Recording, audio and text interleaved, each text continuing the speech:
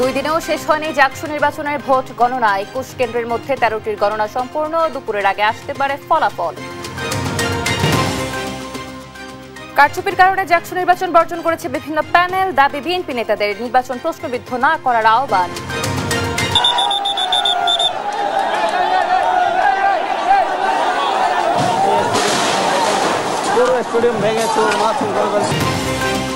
কক্সবাজারে ফুটবল টুর্নামেন্টের ফাইনাল ম্যাচে স্টেডিয়ামে প্রবেশকে কেন্দ্র করে ব্যাপক সংঘর্ষ, ইউনো সহ আহত 20 জন। কুড়িগ্রাম জেনারেল হাসপাতালে চিকিৎসক সংকট চরমে। 177টি পদের বিপরীতে কাজ করছেন মাত্র 18 জন। তাও 11:30 12টার দিকে বসে। ঘুরে ঘুরে পাড়াপাড়ি কোনো ওষুধ পাই কোনো পাই না। দুটো টিকিট কাটার পরও আমি ডাক্তার দেখাতে পারতেছি না। এটা প্রতিনিয়ত হয়ে থাকে। জামালপুরে ব্রহ্মপুত্র নদ ও জিঞ্জিরা নদীর বিভিন্ন স্থানে তীব্র ভাঙন, দ্রুত পদক্ষেপ নেওয়ার দাবি স্থানীয়দের। 20 থেকে 25টা বসত বাড়ি ঘর ছিল, যা এখন বিলীন হয়ে গেছে। বাড়ি দেড় সব ভেঙে গেছে, আমার জিনিসপাতি সব গেছে, সম্পত্তি। নেপালে অন্তর্বর্তী প্রধানমন্ত্রী হিসেবে শপথ নিলেন সাবেক বিচারপতি সুশীলা কার্কি। আগামী 5 মার্চ সাধারণ নির্বাচনের ঘোষণা।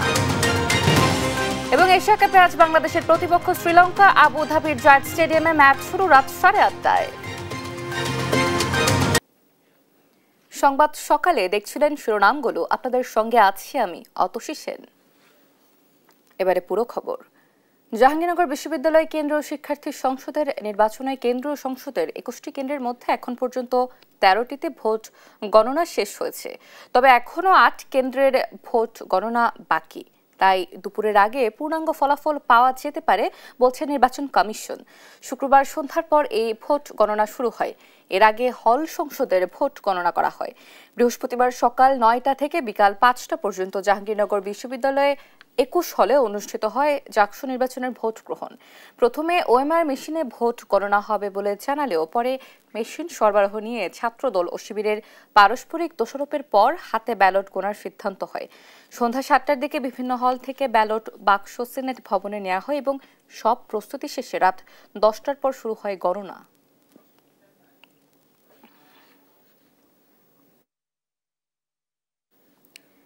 জাকসু নির্বাচনে এখনো চলছে ভোট গণনা। এ নিয়ে বিস্তারিত জানতে চেষ্টা করব আমরা। এই নিয়ে জানাতে আমাদের সঙ্গে সেখান থেকে সরাসরি যুক্ত আছেন আমাদের সহকর্মী দেওয়ান ইমন। আমরা যুক্ত হচ্ছি তার সাথে। ইমন, নিশ্চয় শুনতে পাচ্ছেন আমাকে? ইমন, জাকসু নির্বাচনের ফলাফল হতে আর কত সময় লাগতে পারে এবং কি বলছে জাকসু কমিশন? আসলে সময়ের এই ফলাফলটি দিতে এত দেরি বা হচ্ছে কেন? শিক্ষার্থীরা বা এই বিষয়টিতে নিয়ে কি বলছেন আমাদেরকে জানাবেন।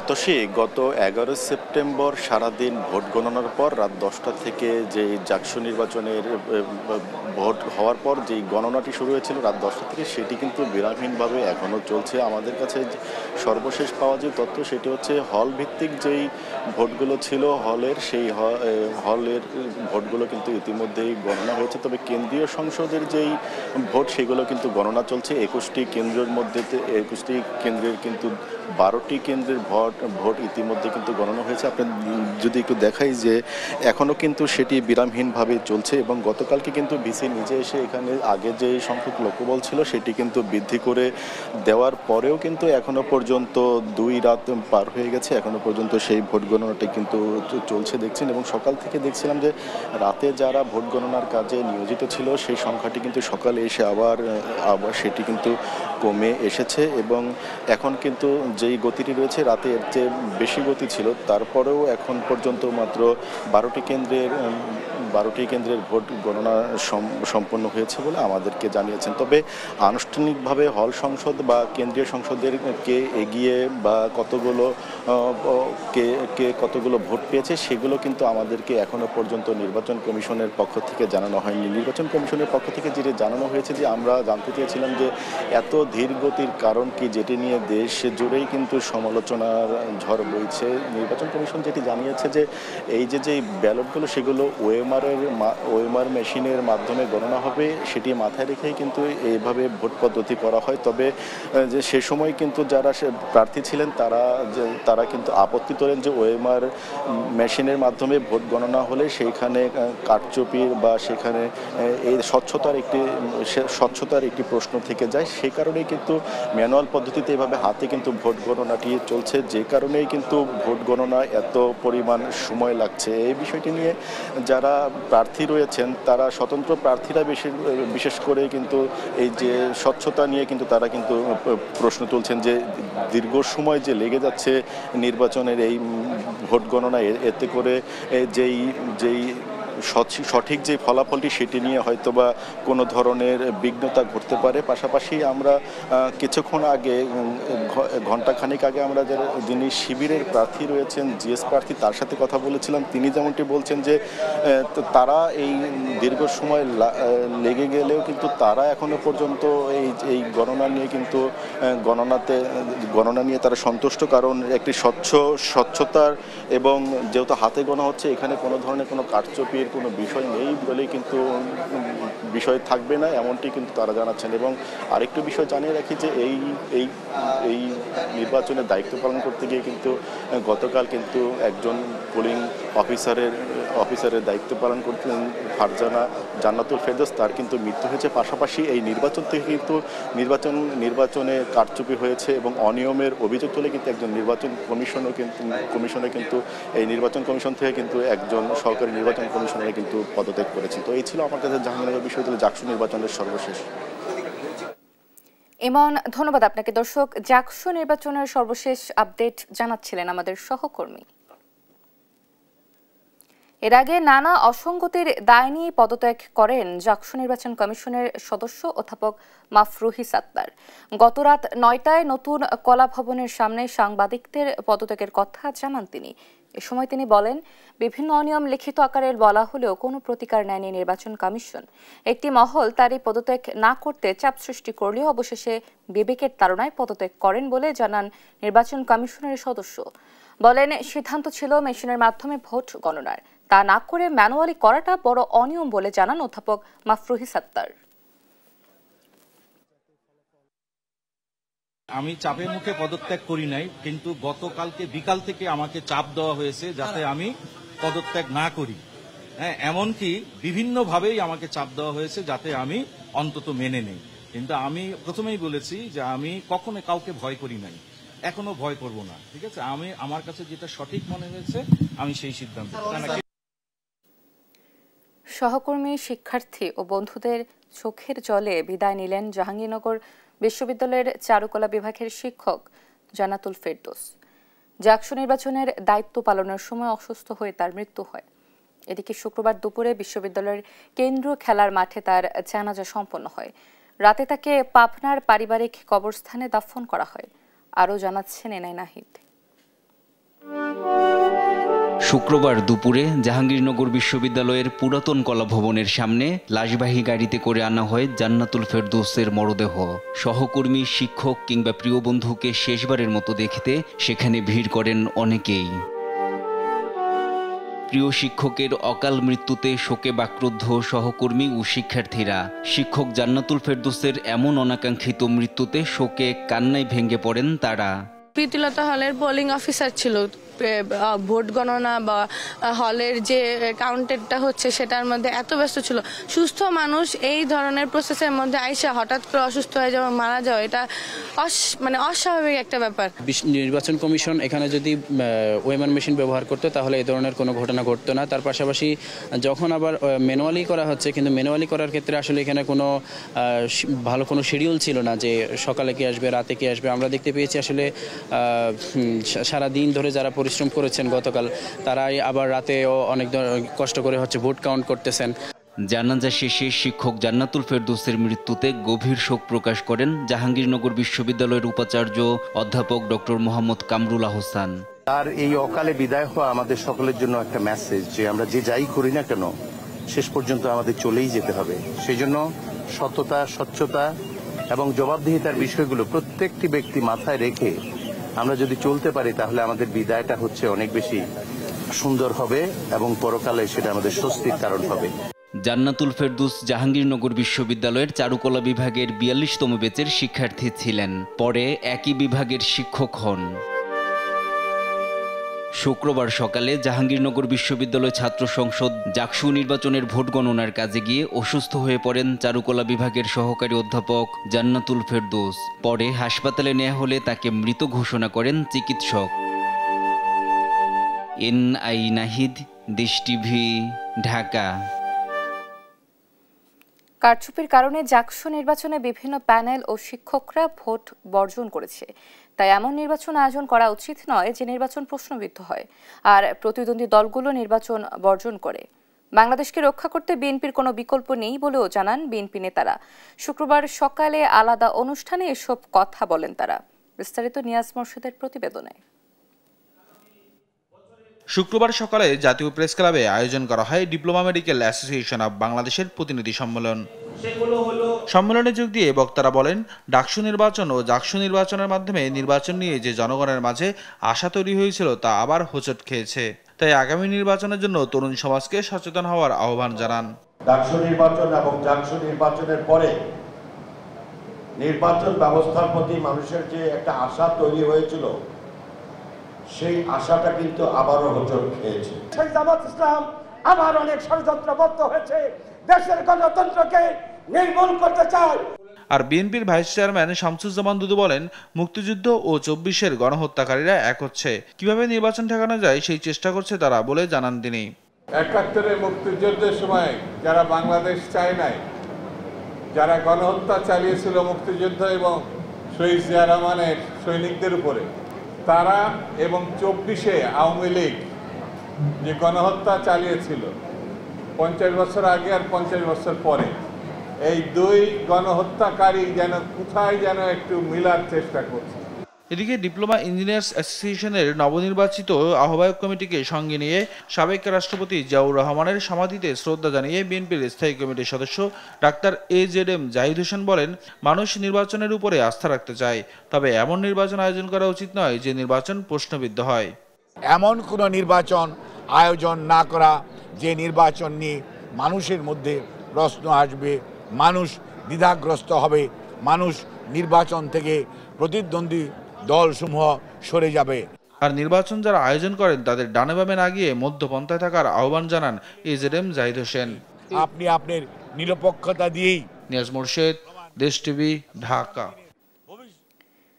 রাকসু নির্বাচনে এবার নতুন আলোচনায় স্বতন্ত্র প্যানেল।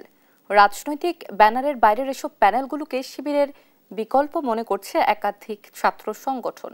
সাধারণ শিক্ষার্থীদের ভোট ভাগ করতে এমন কৌশল মনে করছেন কেউ কেউ, যদিও এমন অভিযোগ অস্বীকার করেছে স্বতন্ত্র প্যানেল ও ছাত্র শিবির প্রার্থীরা। কাজী শাহেদের প্রতিবেদন। রাজশাহী বিশ্ববিদ্যালয় কেন্দ্রীয় ছাত্র সংসদ রাকসু নির্বাচনে ইতোমধ্যে ঘোষণা হয়েছে 7টি প্যানেল, তবে আলোচনার জন্ম দিয়েছে স্বতন্ত্র নামে প্রকাশ করা প্যানেলগুলো। সাধারণ শিক্ষার্থী ও বিভিন্ন মতাদর্শে বিশ্বাসীদের ভোট ভাগাভাগিতে শিবির ভিন্ন নামে স্বতন্ত্র প্যানেল দিচ্ছে বলে মনে করেন একাধিক প্রার্থী। একটি আধিপত্য বিরোধী ঐক্য নামে একটি প্যানেল হয়েছে। আমরা যতদূর জানতে পেরেছি এখানে মূলত শিবিরের আর কি কিছু আছে আর কি ইনফ্লুয়েন্স। চাইলেই কিন্তু হচ্ছে যে শিবিরের বাইরে একটা প্যানেল গঠন করে এই ধরনের ভোটারদেরকে কিন্তু বিভ্রান্ত করা সম্ভব। ভালোভাবে কাকে বি টিম সি টিম এগুলো বলতেও যেমন পারি না, আবার সন্দেহ একদম উড়িয়ে দেওয়ার মতো না, আমরা একটা দোদুল্যমান অবস্থায় আছি। তবে শিবিরের সমর্থন থাকার বিষয়টি অস্বীকার করেন স্বতন্ত্র প্যানেলের প্রার্থীরা। এমন আলোচনার যৌক্তিকতা নিয়েও প্রশ্ন তুলেছেন। এখানে এটাকে ডামি বা এটাকে বি প্যানেল হিসেবে বলার তো কোনো সুযোগ আমি দেখতেছি না। বি টিম দিয়ে তারা কি জীবনে সেই প্যানেলটাকে ওন করতে পারবে? সেটা জেতার পরে যেটা ওন করতে পারবে না সেটা ডেফিনেটলি ছাত্র শিবির, আমার বিশ্বাস ছাত্র শিবির সেটা দিবে না। রাজনৈতিক ব্যাকগ্রাউন্ড থেকে বিলং করে কি না সেই জিনিসটা আমি কঠোরভাবে পর্যালোচনা করে দেখে তারপরে আমরা এই প্যানেলটার মধ্যে সদস্যদেরকে ইনক্লুড করেছি। এমন অভিযোগ অস্বীকার করে শিবির সমর্থিত প্যানেলের প্রার্থীরা বলছেন, ভোটের মাঠে প্রতিযোগিতার ভয়ে দায় চাপানোর রাজনীতির চেষ্টা করছে অনেকেই। ছাত্র শিবিরকে আদর্শিকভাবে এবং আমাদের প্যানেলকে মোকাবেলা করতে না পেরে আমাদের উপরে আসলে দায় চাপিয়ে দেওয়ার মতো একটা কথাবার্তা এটা। তারা স্পেসিফিকভাবে বলুক যে এই প্যানেলটা আমাদের বি টিম ও মুখোমুখ স্বতন্ত্রভাবে ছাত্র শিবিরের বি টিম হিসেবে কাজ করছে। সাধারণ শিক্ষার্থীরা বলছেন, প্যানেল বা দল দেখে নয়, শিক্ষার্থীদের কল্যাণে কাজ করবেন এমন প্রার্থী থাকবেন পছন্দের তালিকায়। কাজী শাহেদ, দেশ টিভি, রাজশাহী। আগামী ফেব্রুয়ারির প্রথম সপ্তাহে জাতীয় সংসদ নির্বাচন সম্পন্ন হবে। নির্বাচন পেছনের কোনো সম্ভাবনাই নেই বলে জানিয়েছেন প্রধান উপদেষ্টা প্রেস সচিব মোহাম্মদ শফিকুল আলম। শুক্রবার সকালে মাগুরা শ্রীপুরের নাককলি ইউনিয়নের মাঝাইল এলাকায় রেললাইন প্রকল্প পরিদর্শন শেষে এ কথা বলেন তিনি। বলেন, ডাকসু নির্বাচন সহ বিভিন্ন জায়গায় নির্বাচন শান্তিপূর্ণ পরিবেশে অনুষ্ঠিত হয়েছে। একইভাবে জাতীয় নির্বাচন শান্তিপূর্ণ ও সুষ্ঠু পরিবেশে সম্পূর্ণ করতে কাজ করছে নির্বাচন কমিশন। আগামী জাতীয় নির্বাচন সম্পূর্ণ উৎসব মুখর পরিবেশে অনুষ্ঠিত হবে বলে আশাবাদ ব্যক্ত করেন তিনি। নির্বাচন পেছানোর কোনো সম্ভাবনা নাই। নির্বাচন ফেব্রুয়ারির প্রথমার্ধে হবে। এটা একদম আমাদের, এটা ইন্টারিম গভর্নমেন্টের এটা একটা কমিটমেন্ট, এটা হবেই। ইলেকশন ফ্রি, ফেয়ার, পিসফুল এবং ফেস্টিভ হবে, উৎসব মুখর হবে। কক্সবাজারে ফুটবল টুর্নামেন্টের ফাইনাল ম্যাচকে ঘিরে তুমুল সংঘর্ষ ও ভাঙচুরের ঘটনা ঘটেছে। এতে সদর উপজেলার ইউনো সহ আহত হয়েছেন অন্তত 20 জন। শুক্রবার বিকেলে জেলার বীরশ্রেষ্ঠ রুহুল আমিন স্টেডিয়ামে এই ঘটনা ঘটে। জানা যায়, বিকেলে রামু ও টেকনাফ উপজেলার মধ্যে ফাইনাল ম্যাচ হওয়ার কথা ছিল। ম্যাচের আগে স্টেডিয়াম দর্শকে কানায় কানায় পরিপূর্ণ হয়ে যায়। এ সময় অনেক দর্শক গেট ভেঙে ভেতরে প্রবেশ করেন। সেনাবাহিনী, পুলিশ ও র্যাবের সদস্যরা তাদের বের করতে গেলে উত্তেজনা সৃষ্টি হয়। এক পর্যায়ে গ্যালারি ও আইন শৃঙ্খলা বাহিনীকে লক্ষ্য করে ইট পাটকেল ছোড়া হয়। এ সময় সদরের ইউনো, নীলুফা ইয়াসমিন সহ অন্তত 20 জন আহত হন। পরে বিকেল 5টার দিকে পরিস্থিতি নিয়ন্ত্রণে আনে আইন শৃঙ্খলা বাহিনী। এখানে কোনো ইন্ধন না, যেহেতু ডিসি গোল্ড কাপ সবসময় উৎসব মুখর থাকে, জমকালো আয়োজনে থাকে, সেই জন্য যেহেতু ট্যাগনাবার রামুর খেলা ছিল, 5 গুণ বেশি দর্শক হয় এই অবস্থা হয়েছে। আমরা অনেক চেষ্টা করেছি, আমাদের চেষ্টার বাইরে চলে গিয়েছিল, সেই জন্য আইন শৃঙ্খলা রক্ষাকারী বাহিনীও পারে নাই নিয়ন্ত্রণ করার জন্য। উৎসুক জনতা অগ্নিসংযোগ দিয়ে খেলা দেখতে না পারার কারণে এই অবস্থা হয়েছে। চাঁদপুরে ইলিশ সহ অন্যান্য মাছের দাম বৃদ্ধি পেয়েছে। এ নিয়ে বিস্তারিত জানতে চেষ্টা করব আমরা। এ নিয়ে জানাতে যুক্ত হচ্ছেন আমাদের সহকর্মী শরীফ আহমেদ। শরীফ, নিশ্চয়ই শুনতে পাচ্ছেন আমাকে। শরীফ, ইলিশের দাম বৃদ্ধি পাওয়ার কারণ কি? অন্যান্য মাছের দাম কেমন দেখছেন জানাবেন। অতসী, গত সপ্তাহের তুলনায় এই সপ্তাহে চাঁদপুর মাছঘাটে ইলিশের সরবরাহ কম। ইলিশের সরবরাহ কম থাকাতে কিন্তু কেজিতে দাম বেড়েছে 200 টাকা। আমি আজকে প্রথমে আপনাকে বাজার দর জানিয়ে দিতে চাই। আজকে 1 কেজি সাইজের ইলিশ বিক্রি হচ্ছে 2400 থেকে 2500 টাকা, যেটি গত সপ্তাহে বিক্রি হয়েছে 2300 থেকে 2400 টাকা। আর আজকে যেটি 800 গ্রামের ইলিশ, সেটি বিক্রি হচ্ছে 2100 থেকে 2200 টাকা। আর 600 গ্রামের যে ইলিশ, সেটি বিক্রি হচ্ছে 1600 থেকে 1700 টাকা। অর্থাৎ কেজিতে কিন্তু 200 টাকা দাম বেড়েছে, যেটি আমরা লক্ষ্য করেছি। আমি এখানে দেশের বিভিন্ন প্রান্ত থেকে ক্রেতারা এসেছেন, ক্রেতাদের সাথে কথা বলেছি। তারা বলছেন যে এবারে কিন্তু ভরা মৌসুমেও ইলিশের দাম চড়া, তারা চড়া দামে ইলিশ কিনতে হচ্ছে। তারা বলছেন যে ইলিশের দাম যদি আরো কিছুটা কমে তাহলে তারা স্বাচ্ছন্দ্যে ইলিশ ক্রয় করতে পারবেন। অপরদিকে আমি এখানে যারা বিক্রেতা রয়েছে তাদের সাথেও কথা বলেছি। তারা আমাকে বলছেন যে ইলিশের সরবরাহ কম থাকায় কিন্তু দাম চড়া। অপরদিকে আমি সকাল থেকে চাঁদপুরের যে মাছের বাজার রয়েছে, দেশীয় প্রজাতি পর্যাপ্ত মাছ কিন্তু বাজারে রয়েছে, কিন্তু সেগুলো চড়া দামে বিক্রি হচ্ছে। আজকে তেলাপিয়া এবং পাঙ্গাস কিন্তু বিক্রি হচ্ছে 150 থেকে 200 টাকা আকার বেঁধে, এবং রুই মাছ বিক্রি হচ্ছে 350 থেকে 400 টাকা পর্যন্ত আকার বেঁধে। এবং এখানে যে কাতল মাছ রয়েছে সেটি বিক্রি হচ্ছে 400 থেকে 450 টাকা পর্যন্ত। এবং দেশি শিং এবং কই মাছ যেগুলো রয়েছে সেগুলো বিক্রি হচ্ছে 500 থেকে 600 টাকা দরে। অর্থাৎ সব ধরনের মাছই কিন্তু চড়া দামে বিক্রি হচ্ছে। ক্রেতারা বলছেন যে এই যে মাছের দাম চড়া, ইলিশের মৌসুমেও তারা বিগত দিনে দেখেছেন ইলিশ বাজারে আসার সাথে সাথে কিন্তু মাছের দাম অনেকাংশে কমে গেছে, কিন্তু এবার চড়া দামে সব ধরনের মাছ বিক্রি হচ্ছে। তো এখানে যারা ব্যবসায়ীরা রয়েছেন তারা বলছেন যদি আগামী দিন ইলিশের সরবরাহ বাড়ে তাহলে দাম কিছুটা কমে আসবে। তো এই ছিল আমার কাছে চাঁদপুর মাছের বাজার থেকে সবশেষ। শরীফ, ধন্যবাদ আপনাকে। দর্শক, ইলিশের বাজারের পরিস্থিতি জানাচ্ছিলেন আমাদের সহকর্মী। কুড়িগ্রাম জেনারেল হাসপাতালে চিকিৎসক সংকট চরমে। 250 শয্যা বিশিষ্ট হাসপাতালে চিকিৎসকের পদ 177টি থাকলেও কাজ করছেন মাত্র 18 জন। এতে সেবা বঞ্চিত হচ্ছেন রোগীরা। জুয়েল রানার তথ্য ছবিতে জানাচ্ছেন শামীম হোসেন। প্রায় ২৪ লাখ মানুষের উন্নত চিকিৎসা সেবা নিশ্চিত করতে ২০১৬ সালে ১০০ শয্যা থেকে ২৫০ শয্যায় উন্নীত করা হয় কুড়িগ্রাম জেনারেল হাসপাতাল। তবে বাড়েনি জনবল। বর্তমানে হাসপাতালে চিকিৎসকের পদ ১৭৭টি থাকলেও কাজ করছেন মাত্র ১৮ জন। এতে জরুরি বিভাগ, অন্তঃবিভাগ ও বহির্বিভাগ সবখানে চিকিৎসা সেবা থেকে বঞ্চিত হচ্ছেন রোগীরা। অন্তঃবিভাগে সহজে দেখা মেলে না চিকিৎসকের। বহির্বিভাগে রোগীদের চিকিৎসকের সিরিয়াল পেতে অপেক্ষা করতে হয় ঘন্টার পর ঘন্টা। মাঝে মধ্যে মেডিকেল সহকারী দিয়েই চালানো হচ্ছে জরুরি বিভাগ। ফলে গেল ১ মাসে হাসপাতালে জরুরি বিভাগে প্রয়োজনীয় চিকিৎসা না পেয়ে ৩ জন রোগীর মৃত্যুর অভিযোগ স্বজনদের। এখানে আসলে ডাক্তার দুইটা কি একটা ডাক্তার বসে, তাও 11:30 12টার দিকে বসে। উড়ে উড়ি পাড়াপাড়ি কোনো ওষুধ পাই কোনো পাই না, খুব কষ্ট হয় আমাদের। এক চেম্বারে ডাক্তার বসে, আর এক চেম্বারে বসে না, আর এক চেম্বারে বসে। লাইনের তো কোনো শেষ নাই, টিকিটের ওখানে লাইনের শেষ নাই, ডাক্তারের ওখানে লাইনের শেষ নাই, ওষুধ তুলবো সেখানে, তারপরেও দেখা যায় যে ডাক্তার বসে না। দুটো টিকিট কাটার পরও আমি ডাক্তার দেখাতে পারতেছি না। এটা প্রতিনিয়ত হয়ে থাকে। এই জন্য 1 মাসের মধ্যে 3 জন রোগী মারা গেছে। আমরা চাচ্ছি যে রোগীরা সুচিকিৎসাটা সুবিধাভাবে সুন্দরভাবে পাক, এটা আমরা প্রত্যাশা করতেছি। হাসপাতাল কর্তৃপক্ষের দাবি, সংশ্লিষ্ট দপ্তরে চিঠি দিয়েও পূরণ হচ্ছে না চিকিৎসকের পদ। তাই স্বল্প সংখ্যক চিকিৎসক দিয়ে চালানো হচ্ছে সেবা কার্যক্রম। এর মধ্যে কেউ অবহেলা করলে নেওয়া হচ্ছে ব্যবস্থা। 224টা হাসপাতালে কর্মরত চিকিৎসক থাকার কথা 177 জন। তার মধ্যে আমাদের হাসপাতালে কর্মরত রয়েছে তত্ত্বাবধায়ক, আরএমও, কনসালটেন্ট এবং মেডিকেল অফিসার সর্বসাকুল্যে 18 জন। শূন্য জনপদগুলো পূরণ করার জন্য সংশ্লিষ্ট মন্ত্রণালয়ের কাছে বারবার অনুরোধ জেনে হাসপাতাল কর্তৃপক্ষের পক্ষ থেকে চিঠি পাঠানো হচ্ছে। কুড়িগ্রাম জেনারেল হাসপাতালের বহির্বিভাগে প্রতিদিন চিকিৎসা সেবা নিতে আসেন প্রায় 1200 থেকে 1500 রোগী। শামীম হোসেন, নিউজ ডেস্ক, দেশ টিভি। জামালপুরের দেওয়ানগঞ্জে ব্রহ্মপুত্র নদ ও জিঞ্জিরাম নদীর বিভিন্ন স্থানে দেখা দিয়েছে তীব্র ভাঙন। এতে হুমকির মুখে রয়েছে বিভিন্ন কয়েকটি গ্রাম, আবাদি জমি, সরকারি প্রতিষ্ঠান, রাস্তাঘাট সহ গুরুত্বপূর্ণ স্থাপনা। ভাঙন রোধে দ্রুত পদক্ষেপ নেওয়ার দাবি স্থানীয়দের। আর পানি উন্নয়ন বোর্ড বলছে, এবছর জেলায় 10টি পয়েন্টে 30টি প্যাকেজের কাজ করা হয়েছে। রিয়াদ হাসান হৃদয়ের তথ্য ছবিতে আরও জানাচ্ছেন শামীম হোসেন।